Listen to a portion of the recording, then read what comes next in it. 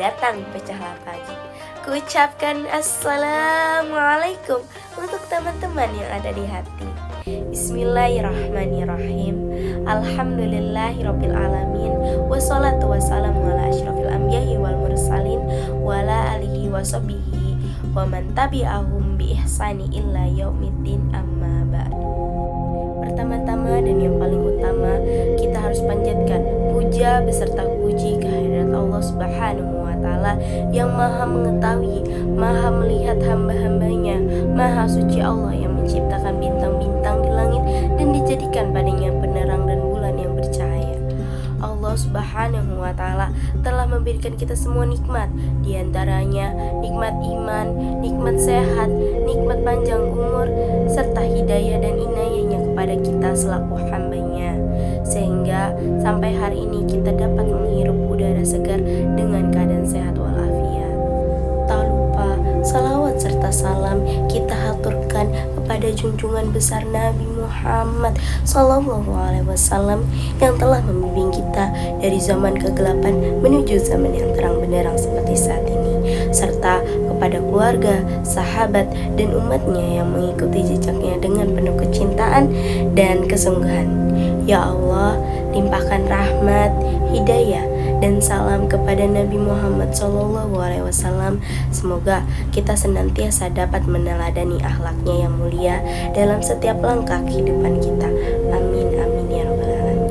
Sebelum saya memulai, saya ingin mengucapkan terima kasih kepada Bapak Abdul Ghafur MA selaku dosen pengampu mata kuliah pendidikan akhlak yang telah menginspirasi saya dengan pengetahuan, pengalaman yang berharga, serta kesempatan kali ini tak dapat mungkin terjadi tanpa masukan dan arahan dari Bapak. Mungkin sudah tidak asing dengan pepatah yang mengatakan tak kenal maka tak sayang. Oleh sebab itu, izinkan saya memperkenalkan diri secara singkat. Perkenalkan, nama saya Qori Adalia dari kelas 1B. Hadirin wal hadiroh rahimakumullah. Saya akan menyampaikan tentang akhlak. Akhlak merupakan sifat yang tertanam dalam diri seseorang. Sifatnya itu spontan, mendarah daging. Akhlak berarti berbicara tentang baik buruknya akan suatu hal. Akhlak memiliki banyak sekali terminologi seperti budi pekerti, moral, sopan santun, attitude, karakter, dan lain sebagainya.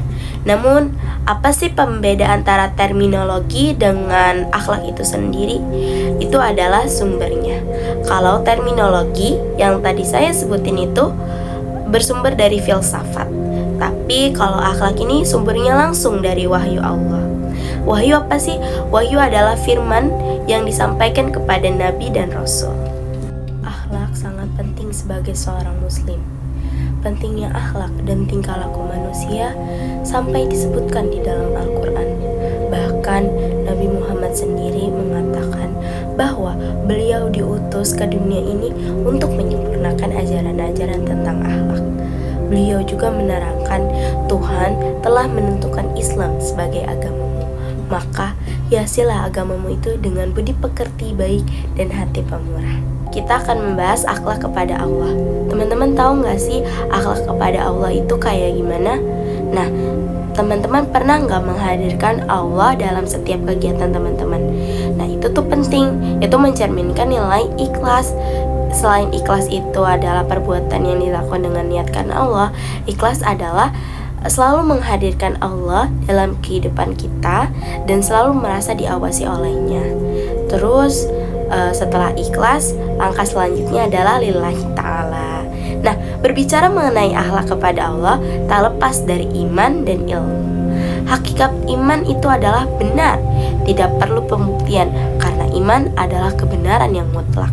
Gabungan antara iman dan ilmu akan menghasilkan akhlakul karimah atau akhlak yang baik. Teman-teman pernah gak sih berserah diri setelah ikhtiar atau setelah berusaha memilih keputusan yang terbaik? Nah, proses berserah diri itu disebut dengan tawakal. Tawakal kepada Allah. Jadi, tawakal itu adalah sikap berserah diri, percaya sepenuhnya kepada Allah setelah ikhtiar. Nah, setelah sudah ikhtiar, lakukan dengan niat dan ikhlas. Tawakal kepada Allah memiliki 3 jaminan loh teman-teman. Yang pertama pertama, hudiyah, atau Allah senantiasa memberikan petunjuk dalam hidup hambanya. Yang kedua, dijaga oleh Allah. Dan yang ketiga, dicukupkan atas segala sesuatu. Nah teman-teman mau nggak? Makanya kita perlu menerapkan akhlak yang baik. Ujian kita sebagai umat manusia itu ada dua teman-teman, dalam kategori besar ya. Yang pertama ada ujian musibah, yang kedua ada ujian nikmat.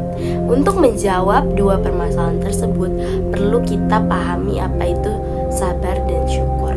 Karena dua hal ini tak dapat dipisahkan. Dua hal ini adalah jawaban dari segala ujian manusia. Sabar menjawab ujian manusia musibah, syukur menjawab ujian manusia nikmat. Nah, itu adalah kategori akhlak kepada Allah tentang sabar dan syukur. Akhlak dan sumbernya terdiri dari 4. Yang pertama ada hikmah, kebijaksanaan, ada syaja'ah, berani, ada ifah, menjaga diri, dan ada adalah adil. Apa sih itu hikmah atau kebijaksanaan?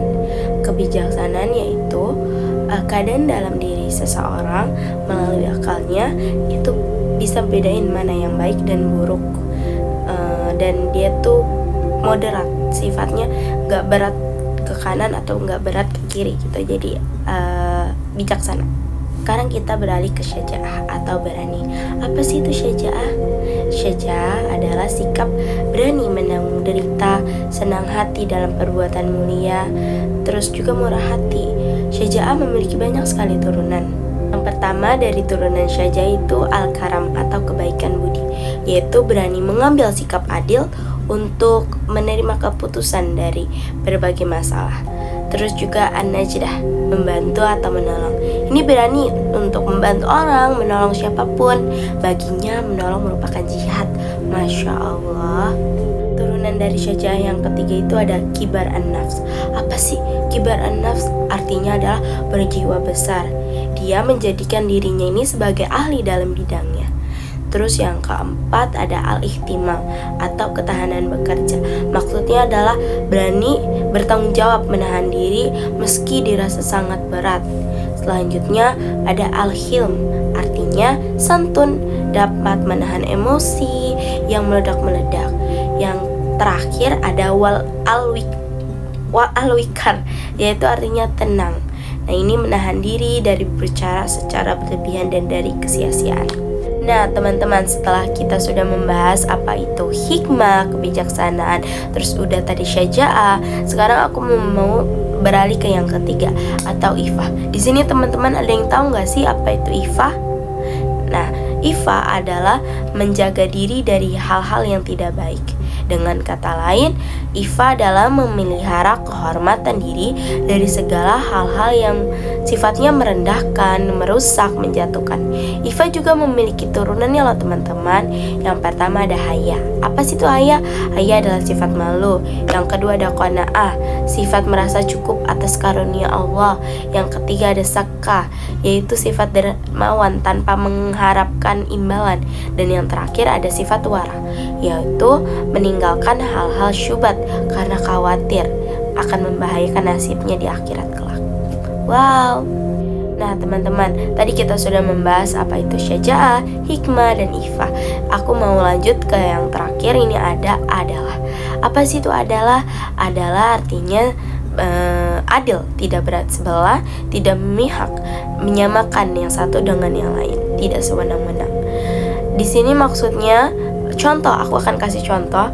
Ada seorang kakak dan seorang adik. Kakak ini kuliah, sedangkan adik ini sekolah dasar. Kakaknya dapat uang jajan 20.000 dan adiknya yang sekolah dasar juga 20.000.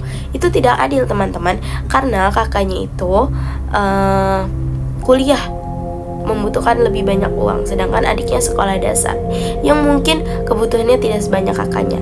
Berarti di sini apa? Adil tidak harus sama teman-teman, tapi harus seimbang antara satu dengan yang lain. Mungkin kayak gitu penerapannya ya teman-teman. Penting untuk kita meneladani sifat-sifat dan akhlak-akhlak yang baik. Demikian beberapa hal yang dapat saya sampaikan. Semoga apa yang saya sampaikan ini bermanfaat dan memiliki kebaikan bagi kita semua. Amin amin ya rabbal alamin. Tentunya apa yang saya sampaikan ini jauh dari kata sempurna, karena karena hakikatnya kesempurnaan hanya milik Allah semata. Oleh karena itu, saya pribadi meminta maaf atas ucapan tindakan yang tidak mengenakan bagi para pendengar. Tadi dibuka dengan pantun, maka saya akhiri dengan pantun juga. Siang hari makan kuaci, makan bareng sama Ibu Asi. Cukup sekian ceramah kali ini, saya ucapkan terima kasih. Unzur man kola wala tanzur man kola. Lihatlah apa yang disampaikan, jangan lihat siapa yang menyampaikan. Akhir kalam, wassalamualaikum warahmatullahi wabarakatuh.